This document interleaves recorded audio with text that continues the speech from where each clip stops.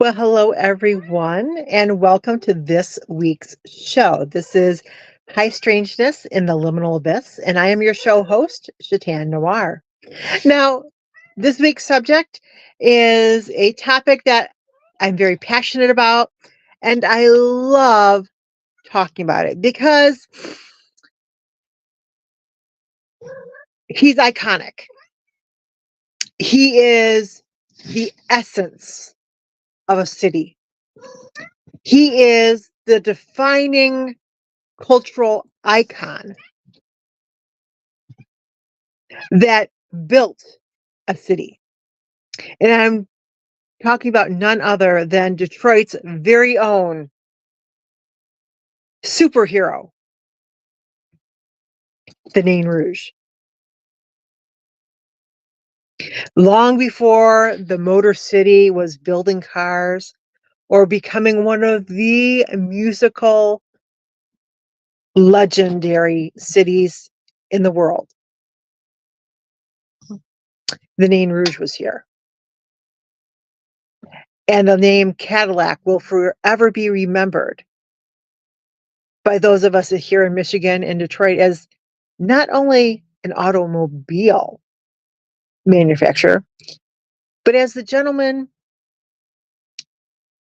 who founded Le Detroit, but also the gentleman who decided to risk it all by challenging the Nain Rouge.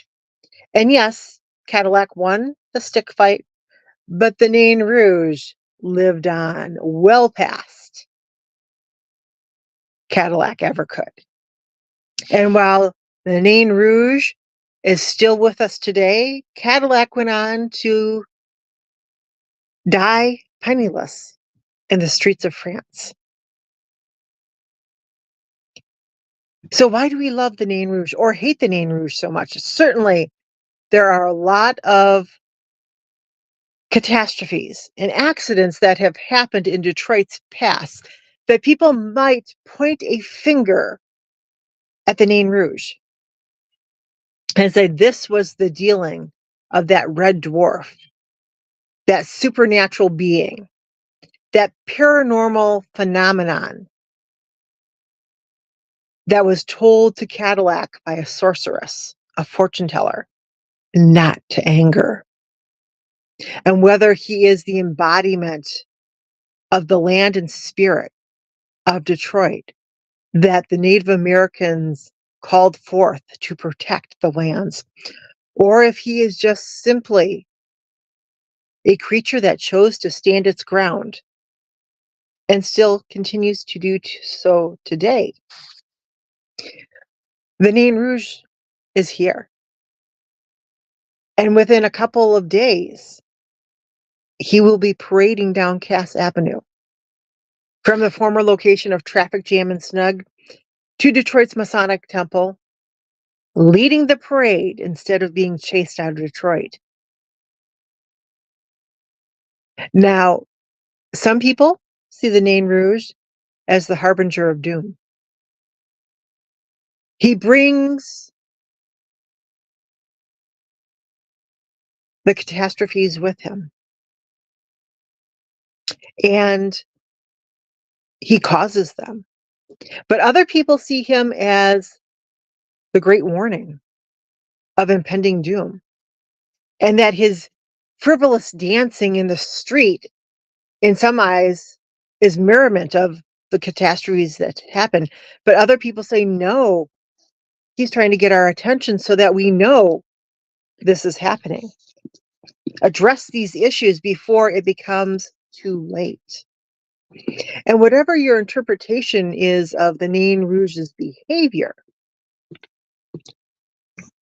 he is Detroit's original legend and fable. He goes way back to the 1700s, which makes him older than just about anything else in Detroit or Michigan, other than the rocks that were here when the Native Americans were crossing and the lakes themselves. So, who is the Nain Rouge? We only know him by that term, the Nain Rouge or the Red Dwarf, sometimes called the Demon of the Strait, because it's said that he was perhaps birthed near Belle Isle and protected that body of water and all the lands on each side of it. But this red imp was originally described as wearing a red outfit, having a face similar to what a sunburnt skin would look like. His eyes were always said to be bright and glittering, and his teeth were very menacing, but very sparkling and metallic almost looking. And we would classify the Nain Rouge as a lutin, which is a French term. And lutin is kind of like an umbrella term for elves, imps, goblins, hobgoblins, garden gnomes, fairies, brownies, leprechauns, anything that was very small in stature and humanoid, meaning looks human but might have qualities to it that are a little bit exaggerated, like the ears on an elf or the nose on some of these, creatures are said to be quite bulbous or hooked even. But over time, the Nain Rouge, he kind of changes. He's almost 300 years old. So we can, give him a little bit of credit. I mean, 1700s, 1800s, 1900s, early 2000s. So not quite 350 years old, but we're going to say over 300 years old. So his clothes now, instead of being red pelts of fur, are red clothing. And sometimes they're tattered. He might not have a great wardrobe, but his teeth have changed from being bright and glittering and menacing to yellow in color, with a very feral look about his face. And his teeth are no longer sharp and bright and metallic looking. Instead, they've taken on a rotted yellow appearance. But then again, we're talking a creature that's over 300 years old and has been living around Detroit. Certainly, there's many different areas for him to live, many vacant buildings, many wild places still left in Detroit where the Nain Rouge can find a place to stay. So it's said that when the Nain Rouge is encountered, you can either be cursed or blessed by him, depending on your behavior towards him. And certainly in the past, when people have encountered him, it's always been negatively towards him. Cadillac fighting him with a stick and hitting him with the cane. Construction workers or utility workers yelling at him for venturing up a light, telephone pole beneath them, scolding him, telling him to get down because they perceived him as a child who was looking for trouble. But I wonder what the difference would be if, when people encountered him, if they exchanged pleasantries with him. Hello, how are you doing? Are you the Nain Rouge? Are you the protector of the lands? And then speaking positively towards him. My gosh, I have never seen you before. Thank you for protecting the land. Thank you for making Detroit the phenomenon that it is today. And just being respectful towards him, being positive towards him. Because I think Detroit needs that legend, that icon of the Nain Rouge. He can't be traded to a different city. He can't be sold off and repackaged as something else. He can't be destroyed. He is as iconic to the city of Detroit as the shape of Michigan is to the map of the United States of America. Because no other state is the shape of a mitten. We got that one. And nobody else has the Nain Rouge. There might be leprechauns out there. There might be Monticellos out there. There might be red caps out there. But those are all usually in Europe, in old world countries. But here in the United States, nobody else has the Nain Rouge. There might be Lutons in the description of Pukwudgies, which are known about with the Native Americans. They have talked of these creatures since they started interacting with the white settlers, telling of tales of the little people of the forest who might shoot you with an arrow and take you as a servant if you follow them. But those guys are kind of wild. Where our Nain Rouge is a little bit more sophisticated. I mean, he wears clothing.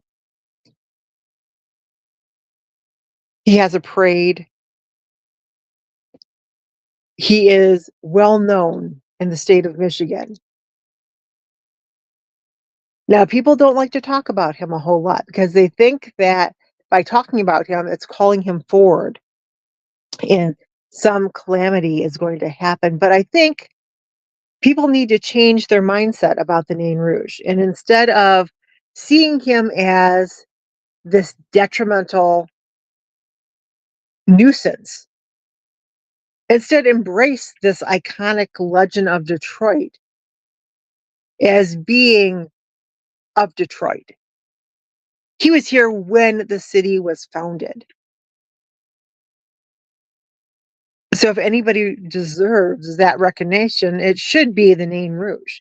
Now, there is a parade every year in Detroit. This is, I believe, its 15th year.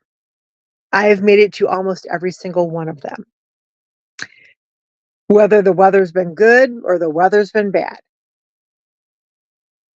And it's, let's see, it used to be, I think, a mile long march. They would weave it in and around the different avenues. Last year, it was just a straight shot from Traffic Jam and Snug's old parking lot to the corner that Detroit Masonic Temple sits on.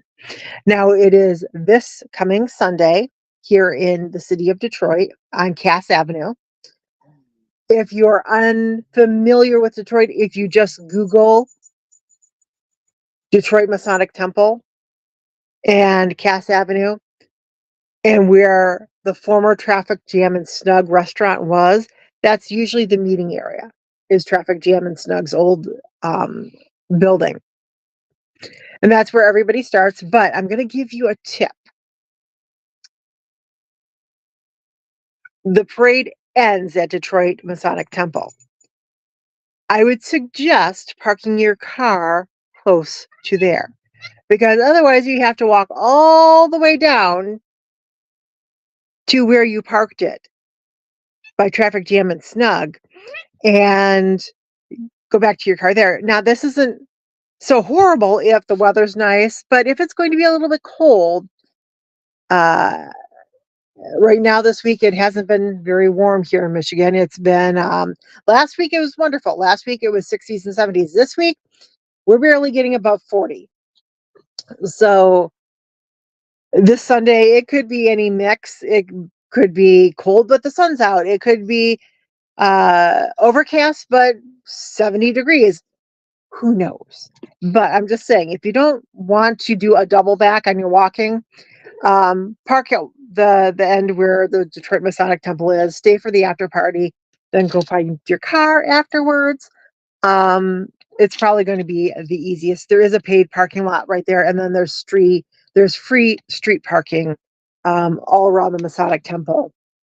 And it's just maybe 3 blocks east of the Motor City Casino. So if you like to gamble or you want to go to the casino afterwards, have at it. But everybody starts to show up for the parade around noon. And there is always a big production of the Nain Rouge's arrival. With last year, there was a stage show after he arrived, and people were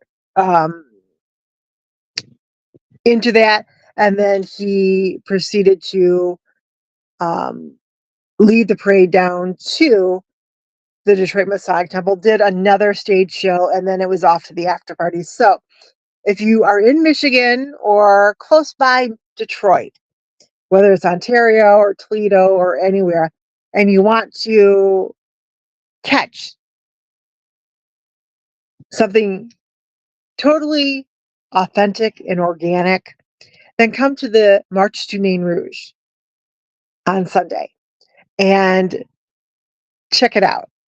So until next week, go out there and explore this strange world and stay curious out there. Goodbye.